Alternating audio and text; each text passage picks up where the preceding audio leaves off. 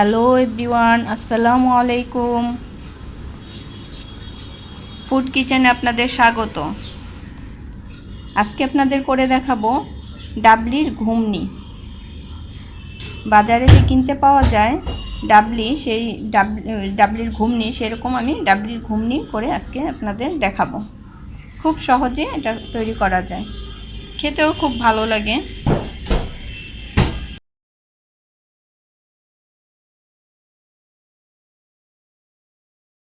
ডাবলি কিনতে পাওয়া যায়, আমি সেই ডাবলির মতো করে আজকে ডাবলি তৈরি করব।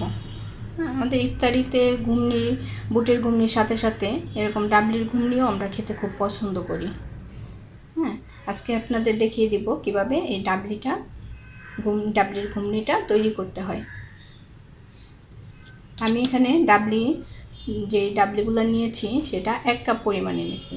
নেওয়ার পর এটাকে ভালো করে ধুয়ে পানি দিয়ে ভিজিয়ে রাখছি প্রায় 4 ঘন্টার মতো।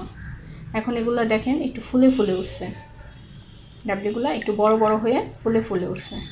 এটাকে আমি এখন হাঁড়িতে দেওয়ার সময় যেই পরিমাণে ডাবলিটা ফুলে উঠছে তার 3 গুণ পরিমাণে আমি পানি দিয়ে এখন আমি এটা হাঁড়িতে বসিয়ে নিলাম। এটার সাথে আমি দিব লবণ 1 চামচ পরিমাণে।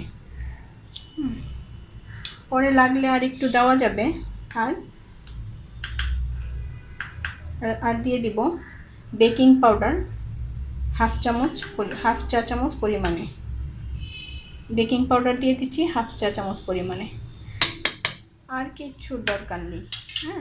এটা যখন হয়ে যাবে, রেডি হয়ে যাবে, তৈরি হয়ে যাবে, তখন আমি এটার উপরে, এটা একদম ঘন হয়ে হয়ে যাবে, তখন আমি এটার উপরে কি দিব, শুকনা মরিচের টালা গুঁড়া আর বিট লবণ, আর প্রয়োজন মতো পুদিনা পাতা, ধনিয়া পাতা, কাঁচামরিচ।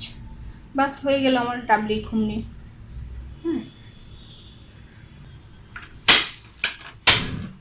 এখন আমি চুলাটা জ্বালিয়ে নিচ্ছি। চুলাটা একদম হাফ আঁচে আমি এই ডাবলির ঘুগনিটা চুলার ঢাকনি দিয়ে ঢেকে 1.5 থেকে 2 ঘন্টার মতো আমরা সিদ্ধ করব। এটা 1.5 থেকে 2 ঘন্টার মতো সিদ্ধ করলে এটা পুরোপুরি সিদ্ধ হবে। আমি যদি তার আগে নামিয়ে নিই তাহলে ডাবলিটা শক্ত শক্ত থাকবে, খেতে ভালো লাগবে না। আমি চুলা কমিয়ে এটা 1.5 ঘন্টার জন্য সিদ্ধ করে নিচ্ছি। দেখুন আমার ঘুগনি কত সুন্দর হয়ে তৈরি হয়ে গেছে, মাখা মাখা, একদম পারফেক্ট ঘুগনি হয়েছে। এখন আমি এটার মধ্যে দিয়ে দিব পুদিনা পাতা, একটু সামান্য একটু কুচি করে দিব।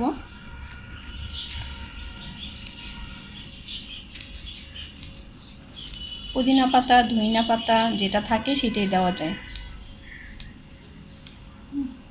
আমি দিয়ে দিলাম একটু পুদিনা পাতা। এখন দিয়ে দিব বিট লবণ।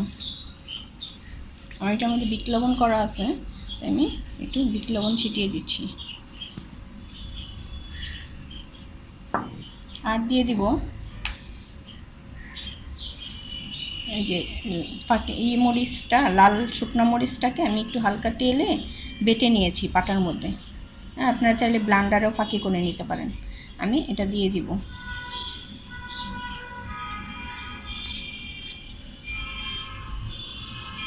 একটু ঝাল ঝাল হবে খেতে, এটা দিলে খুব ভালো লাগে ঘুগনিটা, শুকনো মরিচের ফ্লেভারটা খুব টেস্ট হয়।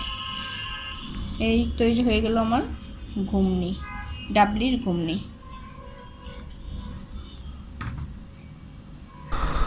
এই ডাবলির ঘুগনিটা আপনারা চটপটি হিসাবে ব্যবহার করতে পারেন, আবার ফুচকার মধ্যে দিয়েও খাওয়া যায়। আমার এই ডাবলির ঘুগনি যদি আপনাদের ভালো লাগে তাহলে সাবস্ক্রাইব করুন আর লাইক শেয়ার দিয়ে সাথে থাকুন।